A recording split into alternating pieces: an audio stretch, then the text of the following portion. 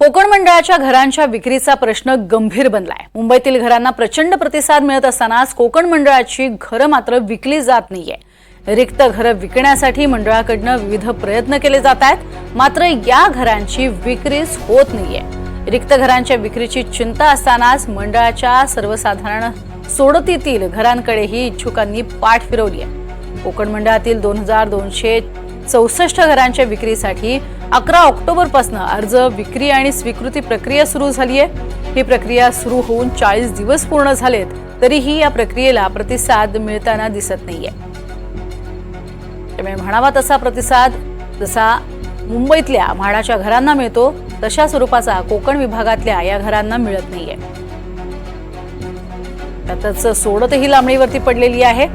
अर्ज, विक्री, स्वीकृती ही खरं तर ऑक्टोबर महिन्यातच सुरू झाली आहे। तब्बल 40 दिवस झालेत, मात्र तरीही म्हणावा तसा प्रतिसाद मिळालेला नाहीये। कोकण मंडळातली एकूण 2264 घरं आहेत आणि हीच घरं सोडतीमध्ये काढलेली आहेत।